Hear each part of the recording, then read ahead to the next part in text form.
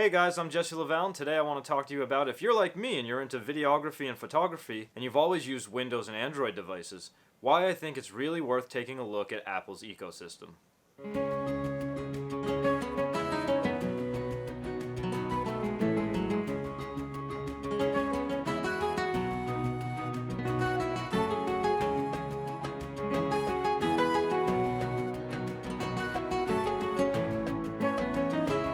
So the catalyst to me switching over was originally my phone. So I always used Pixel Android phones for years and years. Unfortunately, I ended up cracking my screen like a couple of months before the new Pixel was being released and the iPhone 13 Pro had just been released. So I ended up getting a really good deal on trading in my broken phone, and I ended up deciding to bite the bullet, and I just got the iPhone 13 Pro.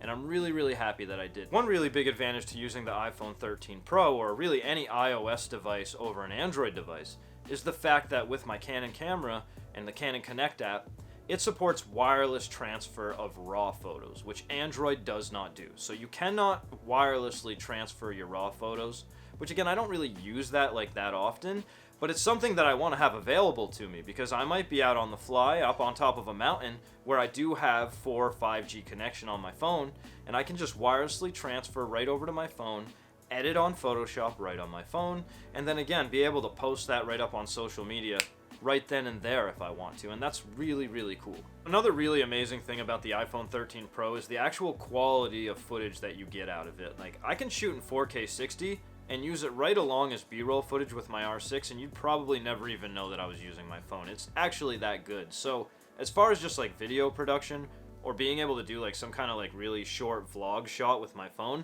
it's a super handy tool to have. Another really big advantage to using Apple's ecosystem is the fact that their screens are so color accurate. They're HDR screens, so you have the ability to edit HDR footage like the iPhone or iPad can shoot in. Not only that, but they're just so color accurate across the spectrum that you can really have confidence that the images that you're making are gonna look really nice and really accurate across a plethora of other screens. And you know that at least you're starting with a really accurate base point. And that's a really big deal when you're into photography and videography. The integration is done so well with the Apple ecosystem that the iPad, the iPhone, and the MacBooks, they work seamlessly together. There's all kinds of cool features that you're not going to have or be accustomed to using if you're used to Windows and Android, and it all just works really great. And the one thing I will mention is AirDrop.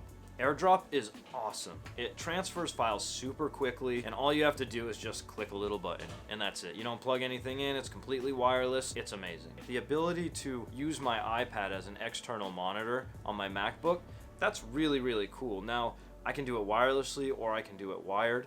It's not perfect wirelessly, but it is perfect wired. So being able to use my really nice iPad screen as an external monitor to my MacBook really makes it like a perfect little mobile setup. I can be anywhere I want. I have 2 really nice, really color accurate screens that I can now edit on with really efficient battery life. And like I said, it's just a powerhouse of a mobile setup. Now I'm going to come back to the efficiency of the processors, and I know I already talked about it a little bit, but it's really a huge deal. Like, the ability to be able to unplug my laptop and sit there and edit on my couch without any power supply for 8+ hours is amazing, and it's something that you're not going to experience on any Windows laptop that you can get right now. And like I said earlier, you also have full power while being unplugged, which again, you're not handicapped at all when you're unplugged like you would be with a Windows computer. You have full editing power while you're on the fly.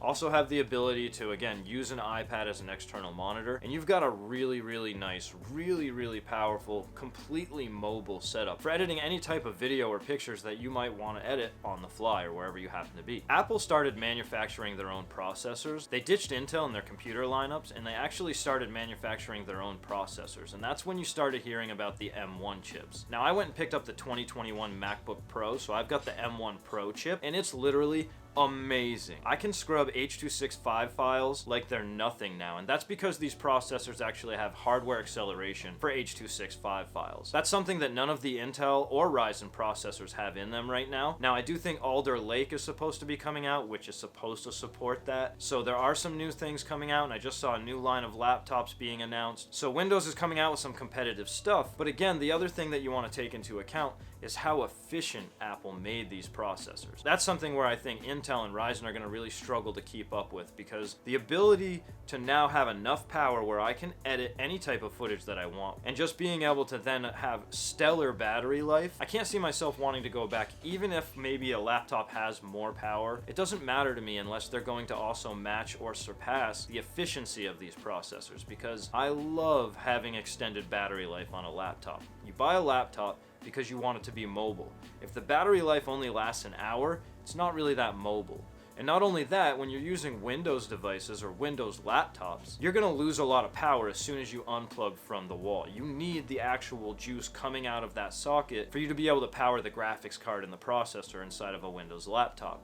Where with a MacBook, it doesn't even matter. The power that's being supplied from the internal battery is more than enough that chip can run at full capacity. So you're not going to have any type of hindrance to your power when you're unplugged. Now again, that is huge. Now with their iPad, iPhone, and computers, you're going to get HDR screens now. Not only are they HDR, which is awesome, and you can take advantage of all the HDR footage that you can now shoot with the iPhone and the iPad, but also they're going to be really accurate. And that was the big difference for me. I always used a Samsung 4K monitor to edit all of my stuff before I went and got the Apple stuff. And now I'm realizing how oversaturated it was actually displaying everything for me.